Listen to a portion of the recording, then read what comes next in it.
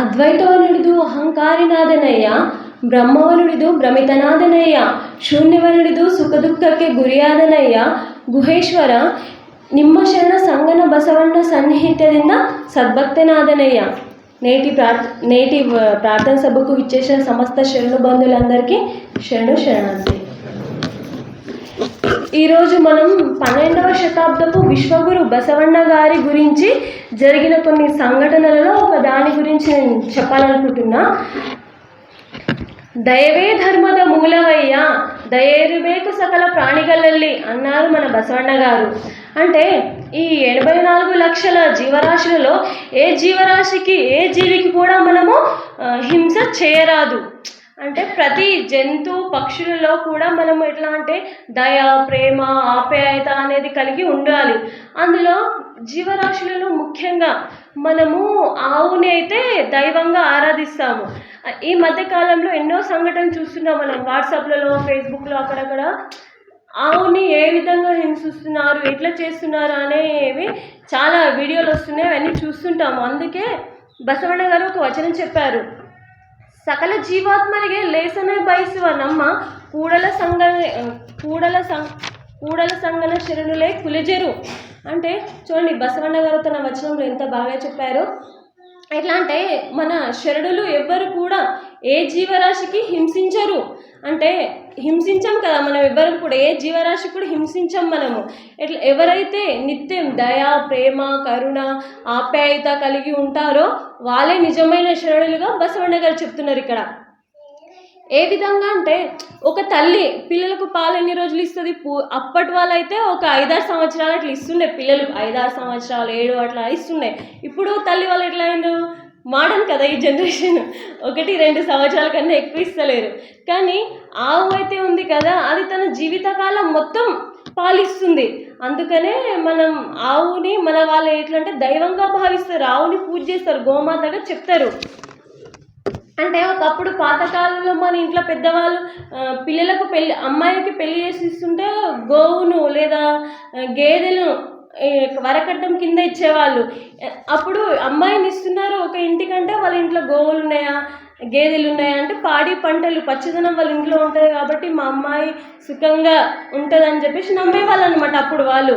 ఇప్పుడు వాళ్ళు ఏం చేస్తున్నాం, కట్న కానుకల కింద కారు, వెహికల్, బైక్ అలాంటి, ఫ్రిడ్జ్, కూలర్ అలాంటివి వరకట్నం కింద తీసుకుంటున్నాం. అప్పటికిప్పటికి ఇంత వ్యత్యాసం. అయితే ఇక్కడ ముఖ్యంగా నేను ఆవుల గురించి ఎందుకు చెప్తున్నా అంటే మన బసవಣ್ణ గారు వారి మహామణిలో ఆవులను పెంచుకునేవారు, ఆవులను చాలా ఇష్టంగా. అక్కడ బసవಣ್ణ గారు మహామణిలో మొత్తం ఆవులు ఉండేవి అనమాట. ఒకరోజు ఏమైందంటే ఆ మహామణిలో దొంగతనం జరిగింది. ఆయన దగ్గర ఆవులు ఉంటాయి కదా, ఆ రోజు అక్కడ దొంగతనం జరిగింది. అదేంటంటే అక్కడ ఉన్న ఆవులను ఎవరో దొంగలు వచ్చి దొంగతనం చేసుకోబోతారు. అది చూసిన ఆవుల కాపరి ఏంటంటే మార్నింగ్ 4 గంటలకు లేచి చూసి ఆవులు కనబడకపోయేసరికి గట్టిగా అరుస్తారు, అయ్యా, అప్పా, మహాప్రభో, బసవಣ್ణ, ఇక్కడ చాలా అన్యాయం జరిగింది, తప్పు జరిగిపోయింది, మన దగ్గరున్న ఆవులను ఎవరో దొంగ ఎత్తుకుపోయారని చెప్పి ఆయన అరుస్తూ ఉంటాడు. కాపరి అరుస్తూ ఉంటే మన దగ్గర ఆవులు లేవు, ఇక్కడ ఎవరు ఎత్తుకపోయారని గట్టిగా అరుస్తాడు. అరిస్తే అది విన్న బసవಣ್ణ గారు వచ్చి ఇలా అంటారు, అయ్యో పిచ్చి దొంగలు, దొంగతనం చేయడానికి కూడా రాదు వాళ్ళకు, ఆవులను తీసుకుపోయిండ్రు కరెక్టే, కానీ దూడలకు ఎందుకు వదిలేసిపోయిండు ఆయన? దొంగతనం చేయడానికి వచ్చిన దూడలను తీసుకోవాలా, ఆవులను తీసుకోండు, దూడలను వదిలేసిండు, ఈయనకు పిచ్చ దొంగకు, ఆయన దొంగతనం కూడా చేయడానికి రాదా అని బసవಣ್ణ గారు చెప్తారనమాట. ఆ కాపర్ ఏంటంటే ఏదో జరిగిపోయినట్టు దొంగతనం జరిగిందని అరుస్తూ ఉంటే బసవಣ್ణ వచ్చి సిల్లిగా, అరే దొంగతనం తీసుకుపోయిండు కానీ ఆవులను తీసుకుపోయిండు, దూడలు ఎందుకు తీసుకోపోలేడని అడుగుతాడు అనమాట. అప్పుడు అదే మనం ఏం చేస్తాం, నా దొంగతనం పోయింది, అది పోయింది, ఇది అని పోలీస్ కంప్లైంట్ ఇచ్చి అది ఇది హడావిడి చేస్తాం. అప్పుడు బసవಣ್ణ గారు ఇట్లా చెప్తారు, ಆಕುಳು ಕಳ್ಳರು ಕೊಂಡೊಯ್ದರನ್ನದರಿಂಬೋ ನಿಮ್ಮ ಧರ್ಮ, ಬೊಬ್ಬಿಡದಿರಿಂಬೋ ನಿಮ್ಮ ಧರ್ಮ, ಆಡರ ಸಾಡದಿರಿಂಬೋ ನಿಮ್ಮ ಧರ್ಮ, ಅಲ್ಲಿ ಉಂಬಡೆ ಸಂಘ ಇಲ್ಲಿ ಉಂಬಡೆ ಸಂಘ, కూడల సంగమ దేవ ఏకోభావ. చూడండి ఎట్లా చెప్తున్నారు, ఎంత బాగా. ఆవులను దొంగలు ఎత్తుకుపోయాలని అరుస్తున్నాం కదా, అరుస్తున్నారు. మీరు ఎందుకు అరుస్తున్నారు? అరవకండి, వాళ్ళ దగ్గర లేవు కాబట్టి తీసుకుపోయినారు, మన దగ్గర ఉన్నాయి, వాళ్ళ దగ్గర లేవు, వాళ్ళకి ఏం అవసరం వచ్చిందో తీసుకుపోయినారు, తీసుకుపోని. ಅಲ್ಲಿ ఉమ్మడే సంఘ ಇಲ್ಲಿ ఉమ్మడే సంఘ అంటే అక్కడైనా మన సంగమనాథుడు తింటాడు, ఇక్కడైనా మన సంగమనాథుడు తింటాడు, ఇక్కడైతే ఏముంది అని బసవಣ್ణ గారు చెప్తారు. పాప మా దొంగలకు ఆవులకు తీసుకుపోయిండ్రు కానీ లేగదులకు మర్చిపోయి వెళ్ళిపోయిండ్రు అని చెప్పేసి నా చేతి కింద ఉంటారు కదా అక్కడ ఆ మహామాయిలో ఉన్న శరణులకి చెప్తారు, వాళ్ళు మర్చిపోయిండ్రు, ఈ దూడలకు కూడా ఆవులు ఎక్కడున్నాయో వెతికి ఈ దూడలకు కూడా ఆవుల దగ్గర పంపించండి అని చెప్పి కోరుతారనమాట. ఆవులు ఎందుకంటే బసవಣ್ణ గారికి ఆవులు అంటే చాలా ఇష్టం, చిన్నప్పటి నుంచి అవి పెంచుకున్నారు బసవಣ್ణ గారు. మహామణిలోనే ఆవులను దూడలను అన్నిటినీ వీళ్ళు పెంచేవారు. అందుకనే అవి ఎట్లా ఉంటాయి, అవి ఎట్లా తల్లి లేకుండా పిల్లలు ఎట్లా ఉంటాయని చెప్పేసి పంపించండి అని చెప్పి శరణులతో కోరుతారు. వాళ్ళు ఏం చేస్తుండో అంటే ప్రతి ఆవుకు మరియు దూడకి ప్రొద్దున్న 4 గంటలకు లేచి బసవಣ್ణ గారు 4 గంటలకు లేచి ఆవులకి దూడలకి స్నానం చేయించి విభూతి పెట్టి ఆవుల మెడలో లింగం ఉంటుంది కదా, లింగంకి వీళ్ళే పూజ చేసి మెడలో పెట్టేవాళ్ళు అన్నమాట. అట్లా దానికి లింగ పూజ చేసి ఇచ్చేవాళ్ళు ఆవులకి మరియు దూడలకి. అవి అట్లా రోజు పూజ చేసుకున్న తర్వాతనే ఆవులు అనేవి గడ్డి తినేవి, నీళ్లు తాగేవి, అట్లా చేసేవి. అప్పుడు అవి దూడలు కూడా పోయి తల్లి దగ్గర పాలు తాగాయి అన్నమాట పూజ చేసుకున్న తర్వాతనే. అట్లా ఉంటుంది కాబట్టి ఇప్పుడు ఆవులు అయినాయి, దూడలు ఉన్నాయి, ఇప్పుడు లింగ పూజ ఎట్లా అని చెప్పేసి బసవಣ್ణ గారు బాధపడి తీసుకుపోమ్మంటారు. అదే బసవಣ್ణ గారి దగ్గర ఆవులు దూడలు పెరిగినాయి కాబట్టి అలాంటి సంస్కృతి అలవర్చారు బసవಣ್ణ గారు. మనం కూడా ఎట్లా ఏం చేయాలి కదా, మనం ఏం చేస్తాం, ప్రొద్దున ఒకటి మధ్యాహ్నం ఒకటి. మన దగ్గర మన సంస్కృతి ఎట్లా ఉంటుందో మన పిల్లలు కూడా అదే ఉంటారు. ఇప్పుడు బసవಣ್ణ గారు ప్రొద్దున స్నానం చేయించి విభూతి ధరించి లింగ పూజ చేసేవాళ్ళు కాబట్టి అవిటికి చేస్తేనే పాలు తాగుతుండే. రోజు అదే పని అవుతూ ఉంటే దానికి అలవాటు అయిపోతుంది. ఎగ్జాంపుల్గా చెప్తా ఒకటి. మా ఇంట్లో ఏం జరిగిందంటే, మా సార్ ఫోన్ చూస్తున్నాం, మా ఆయన నేను ఫోన్ చూస్తున్నాం, మా పాప కూడా ఫోన్ కావాలని ఏడుస్తుంది. ఇచ్చినాం ఒకరోజు. రెండో రోజు కూడా మీరు ఇద్దరు ఫోన్ చూస్తే నాకెందుకు ఇవ్వరు అంటే, ఇది కాదని చెప్పేసి మేము చేసినాం, ఇద్దరం ఫోన్లు పైన పెట్టి బుక్ తీసుకొని కూర్చుంటే ఆమె కూడా అరే ఇద్దరు చదువుకుంటారు కదా నేను కూడా చదవాలి అని చెప్పి నేను కావాలని ఏదో ఆయనకు ఒక డౌట్ అడిగితే ఆమె కూడా మమ్మీకి ఇదేంటి చెప్పు నాకు రావట్లేదు అని అడుగుతుంది అనమాట. అట్లా మనం ఏ విధంగా ఉంటామో మన పిల్లలు కూడా ఆ విధంగా మన అలవాట్లు నేర్చుకుంటారని నేను చెప్తున్నా. అయితే ఇక్కడ ఏం జరిగిందంటే ఆవులు దొంగలు ఎత్తుకుపోయిండ్రు కదా, ఈ దూడల్ని కూడా పంపించిరండి అని చెప్పేసి బసవಣ್ణ గారు కోరుతారు. కోరిన తర్వాత దూడలు తీసుకొని పోతారు వెతకడానికి ఆవులు ఎక్కడున్నాయో. 2 రోజులు అవుతుంది, 3, 4 ఇట్లా అయితేనే 5 రోజులు అవుతుంది. ఆవులు దొరకకపోయేసరికి ఈ శరణులు ఏం చేస్తారంటే దొరకతలేవు మహాప్రభు అని చెప్పేసి ఆ దూడల్ని మహామణికి తీసుకొస్తారు. తీసుకొచ్చిన తర్వాత అక్కడ ఆవులు ఉంటాయి కదా, అవి కూడా వాటికి లింగ పూజ లేదు, ఏం లేదు. 3-4 రోజులు అవుతుంది. అసలు నీళ్ళు తాగాయి, గడ్డి తినాయి, పాలు ఇవ్వాయి, ఏం లేదు. ఆ దొంగలను తీసుకుపోయిన వాళ్ళు కూడా అనుకుంటారు, ఎందుకు తీసుకొచ్చినామా ఇలాంటి ఆవులని, పాపము పాలు తాగుతలేవు, పాలు ఇస్తలేవు, గడ్డి తింటలేవు, నీళ్ళు తాగుతలేవు, ఎందుకు అని చెప్పేసి ఇచ్చేసి వద్దామని చెప్పి ఫిక్స్ అయిపోయి ఆవులను తీసుకొని మహామణికి వస్తారు. అయితే ఇక్కడ ఎట్లా అంటే బసవಣ್ణ గారి దగ్గరకు వచ్చి వదిలేసి ఇక్కడ ఆవులను చూసి తల్లి వస్తుంది కదా, తల్లి రాగానే దూడలు పరిగెత్తుకెళ్ళి పాలు తాగాలి. ఎందుకంటే 2-3 రోజులు 4 రోజులు అయింది కదా అవి లేకపోతే ఒక తల్లికి బిడ్డ దూరం అయితే రాగానే ఎంత ప్రేమ ఉంటుంది. అట్లా ఈ ఆవులు రాగానే దూడలపై పాలు తాగాలి, కానీ తాగాయి, ఎందుకో తెలుసు కదా, కానీ పోయి తాగాయి.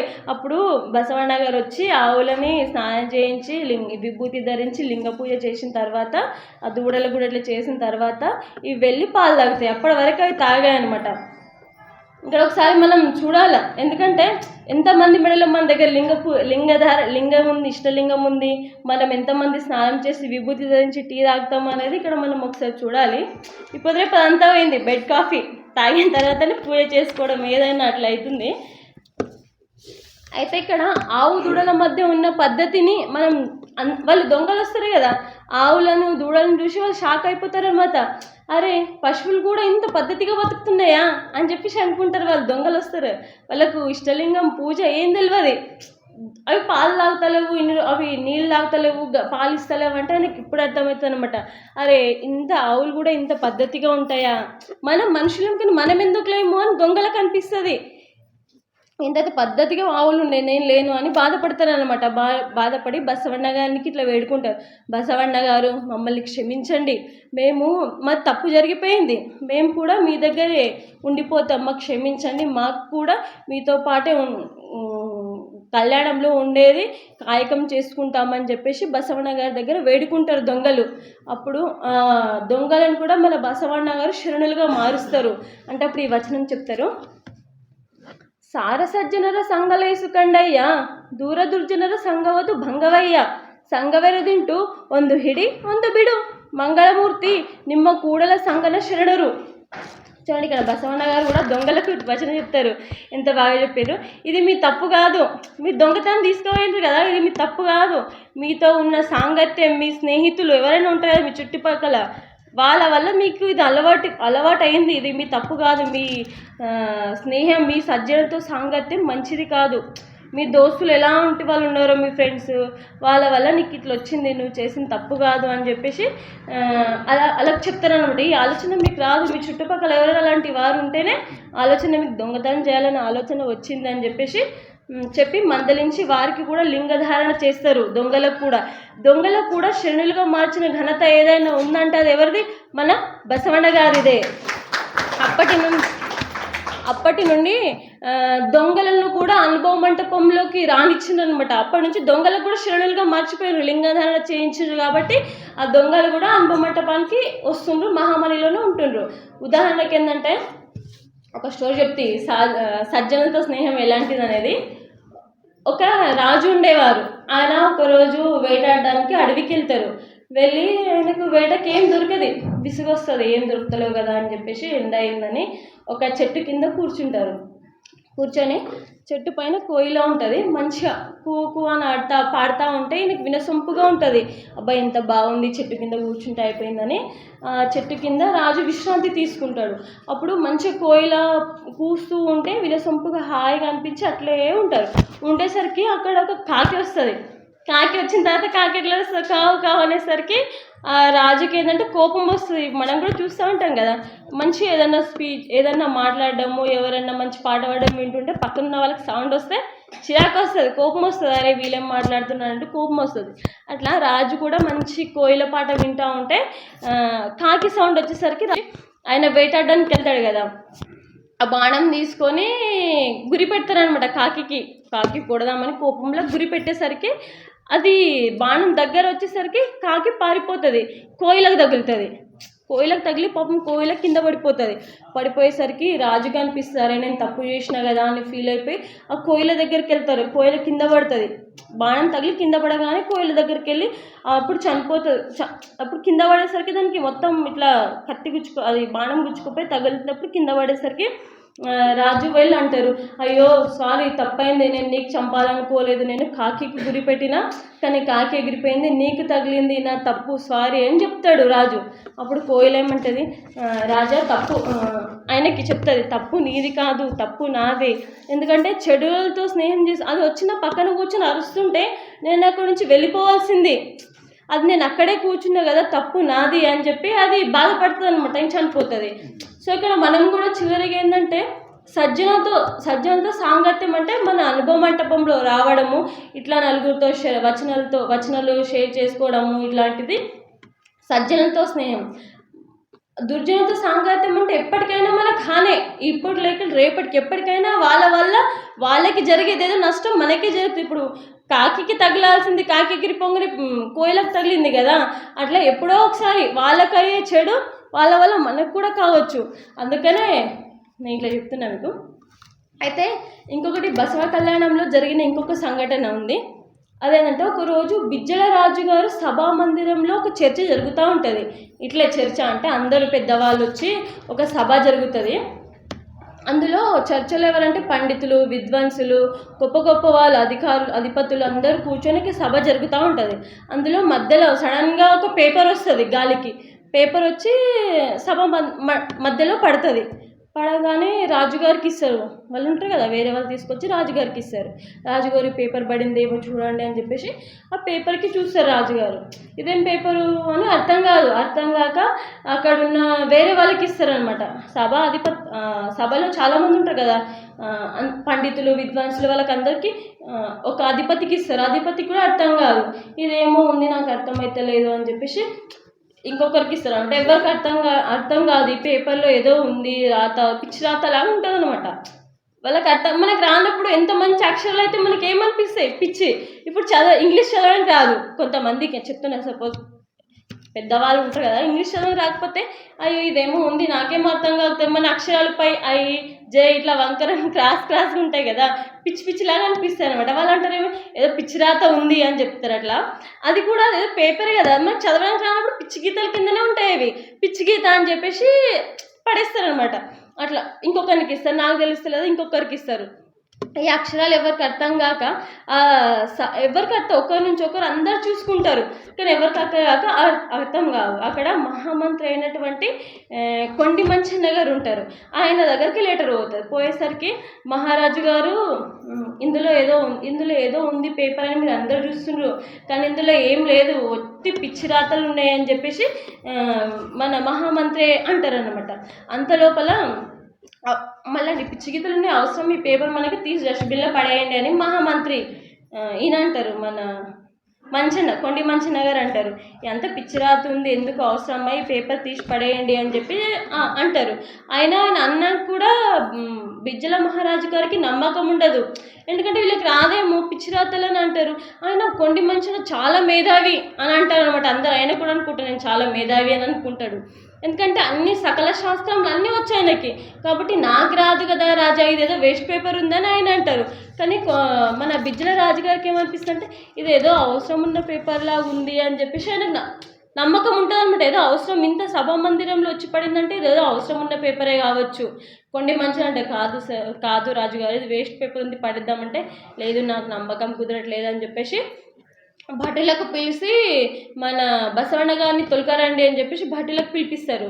భటులు వెంటనే పోయి బసవಣ್ణ గారి దగ్గరికి రాజుగారి ఆజ్ఞ మేరకు బసవಣ್ణ మీరు రావాలి మన దగ్గరికి అని చెప్పి పిలిచి సభా మందిరానికి తీసుకొస్తారు. బసవಣ್ణ గారు వచ్చిన తర్వాత బసవಣ್ణ గారు వెళ్ళి రాజుగారి దగ్గరికి వెళ్ళి అంటారు, రాజుగారు నాకు ఎందుకో పిలిచిందంట, మీరు మీ ఆజ్ఞ మేరకు నేను వచ్చాను ఎందుకు అని అడుగుతారు.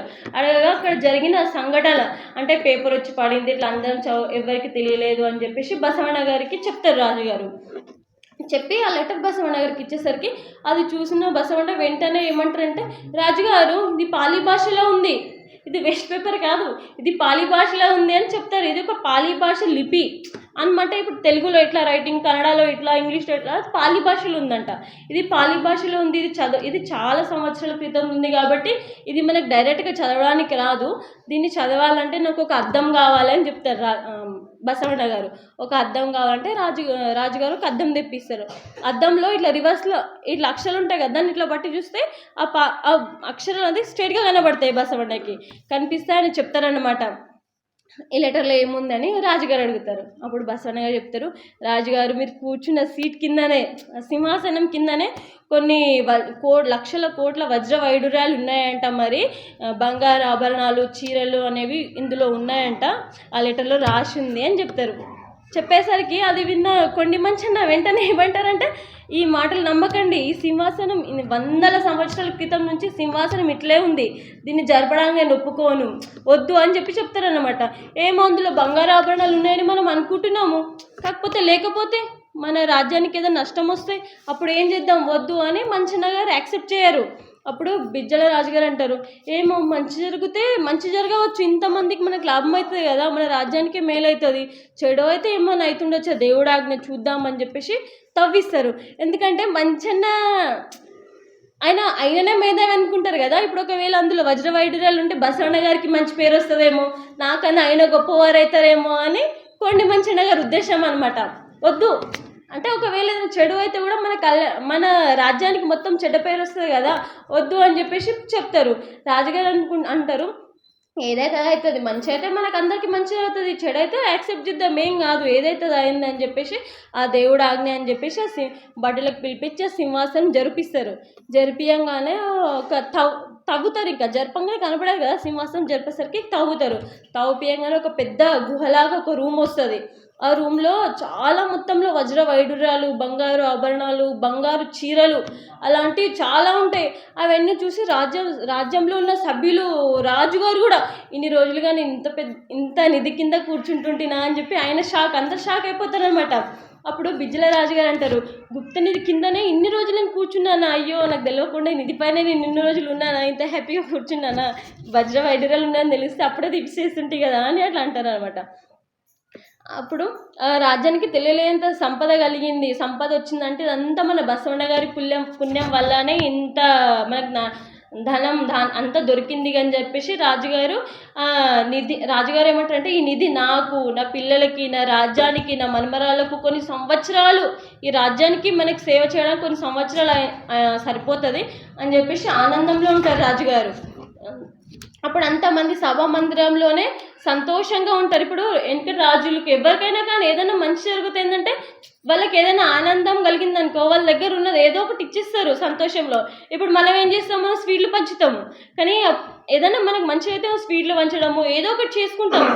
అట్లా రాజుగారు ఏం చేస్తారంటే అంత సభా మందిరంలో అందరి ముందే చెప్తారు, నాకు ఇంత మంచి ఆనందం కలిగించే వార్త చెప్పిర్రు, అందరు మహాపండితుల మధ్య చెప్తున్నా, ఇందులో 50% నాకు 50% మన బసవಣ್ణ గారికి ఇస్తా అని చెప్తారనమాట. బసవಣ್ణ గారు వద్దంటే, లేదు నాకు ఆనందం కలిగింది, ఇంత నేనేం చేసుకుంటా, సగం రాజ్యానికి దానికైతే 50% నాకు, 50% నీకు తీసుకో అని చెప్తారు. అప్పుడు ఆ సభాముఖంగా అందరి ముందర చెప్తారనమాట రాజుగారు. అప్పుడు బసవಣ್ణ గారు అంటారు వెంటనే, దీన్ని తిరస్కరించి వద్దు, నాకు వద్దు అని చెప్పేసి ఒక వచనం చెప్తారు. ಹೊನ್ನಿನೊಳಗೊಂದೊರಿಯ ಸೀರಿಯೊಳಗೊಂದೆಳಿಯ ಅನ್ನದೊಳಗೊಂದಗುಳ ಇಂದಿಗೆ ನಾಳಿಗೆ ಬೇಕೆಂದನಾದಡೆ ನಿಮ್ಮಾಣೆ ನಿಮ್ಮ ಪ್ರಮಿದರಾಣೆ ನಿಮ್ಮ ಶರಣರಿಗಲ್ಲದೆ మత్తొందనిరియదు కూడల సంగమ దేవా. చూడి రాజుగారు అని చెప్పిండు, నాకు మహారాజు గారు ఇట్లా నాకు 50% వద్దు, నీ సగం కూడా వద్దు, ಹೊನ್ನಿನೊಳಗೊಂದೆರಿಯ అంటే బంగారు ఆభరణాలు చేస్తూ ఉంటారు. ఇట్లా తెలుసు కదా, గోల్డ్ షాప్లో ఇట్లా రాపిడి వచ్చినప్పుడు ఇట్లా మంటలు వస్తాయి కదా, మంటలో చిన్న అగ్గిరవ్వలో చిన్న బంగారు తుణుకు వస్తుంది, అంత చిన్న రవ్వ కూడా నాకు వద్దు ఇందులో అంటే, సరే పోను వద్దంటున్నావు కదా, సీరియొಳಗೊಂದೆಳಿ అంటే చీరలు ఉన్నాయి కదా, చీరలను తీసుకపో, ఏదైనా మీ భార్య కట్టుకుంటుంది, బంగారు చీరలు ఉన్నాయి, చీరలన్నా తీసుకపో అంటే చెప్తారు. సీరియొಳಗೊಂದೆಳಿయ అంటే చీరలో ఉన్న చిన్న నూలు పోగు కూడా నాకు వద్దు నీ ఆస్తిలో అని చెప్తారు. అంటే సరే చీరలు కూడా వద్దు కదా, ఒకరోజు తినుబండారాలు ఏమైనా తీసుకోపో, ఒకరోజు తినిపో అంటే అన్నదగొందగుళ అంటే అన్నంలో ఒక చిన్న మెతుకు కూడా నాకు వద్దు అని, అన్నంలో ఒక మెతుకు కూడా నాకు వద్దు అని చెప్పేసి మహారాజు గారికి చెప్తారు మన బసవಣ್ణ గారు. చూడండి బసవಣ್ణ గారు హృదయం ఎంత విశాలమైనదో. మనకు ఇలాంటి సంఘటన ద్వారా అర్థమవుతుంది, అలాంటి వాళ్ళు ఎందుకు శరణులుగా మారిపోయారో, ఎట్లా ఉన్నారు అనేది మనకు అర్థమవుతుంది. అదే స్థానంలో మనం ఉంటే ఏం చేస్తాం, 50% నాకు ఇంకొంచెం కావాలి, ఎందుకంటే నేనే చెప్పినా కాబట్టి నాకు ఇంకొక % ఎక్కువ కావాలని అడుగుతాం. అందుకనే మనం మనుషులుగా మిగిలిపోయినాం. బసవಣ್ణ గారు అలాంటి వాళ్ళు పెద్దలు, మహాత్ములు శరణులుగా మిగిలిపోయారు అని నేను చెప్తున్నా, నాకు ఇంత తెలుసు. ఇదే మనకు శరణులకు మధ్య వ్యత్యాసం, వాళ్ళకి మనకి డిఫరెన్స్ ఏంది, మనం 50% ఇస్తాం, ఆయన సీరియొಳಗೊಂದೆಳಿ వద్దంటుండు, మనం చీరలు కావాలి నాకు, భార్యకి అయితే పిల్లలకి అది ఇది చెప్పి తీసుకొస్తాం. అట్లా వాళ్ళు శరణులుగా ఉండిపోయినారు, మనం మనుషులుగా ఉండిపోయినాం. ఇక చివరిగా ఒక మాట, మనం కిరాణం షాప్కి వెళ్తాం, ఎందుకు వెళ్తాం, కిరాణం షాప్ సామాన్లు తెచ్చుకోవడానికి వెళ్తాం. బంగారు షాప్కి వెళ్తాం, ఎందుకు, బంగారం తెచ్చుకోవడానికి. బట్టల షాప్కు బట్టలు తెచ్చుకోవడానికి వెళ్తాం. అంతా మనం క్లారిటీగా ఉంటాం, ఎక్కడ ఏం దొరుకుతుందా, ఎక్కడ ఎట్లా ఉంటుందని క్లారిటీగా ఉంటాం. కానీ ఇప్పుడు అదే బంగారం షాప్కి వెళ్ళి చీరలు అని అడుగుతాం, మా షాప్ వాళ్ళకి అడగం కదా, అందుకని ఎక్కడ ఏం దొరుకుతుందో మనకు క్లారిటీగా ఉంటుంది. అదే అనుభవ మంటపంకి వస్తాము, ఇక్కడ ఏం దొరుకుతుంది, శరణుతో సాంగత్యము, మనకి మంచి జరుగుతుందని అనుకొని వస్తాము. కాబట్టి ఇన్ని బుక్లు ఉన్నాయి, ఎవరైనా బుక్స్ తీసుకోపోండి, చదువుకోండి, వచన వైభవం వచనాల గురించి తెలుసుకోండి అని నేను చెప్తున్నా. ఇంకా ఈ సమయం ఇచ్చిన పెద్దలకి నా యొక్క ధన్యవాదములు.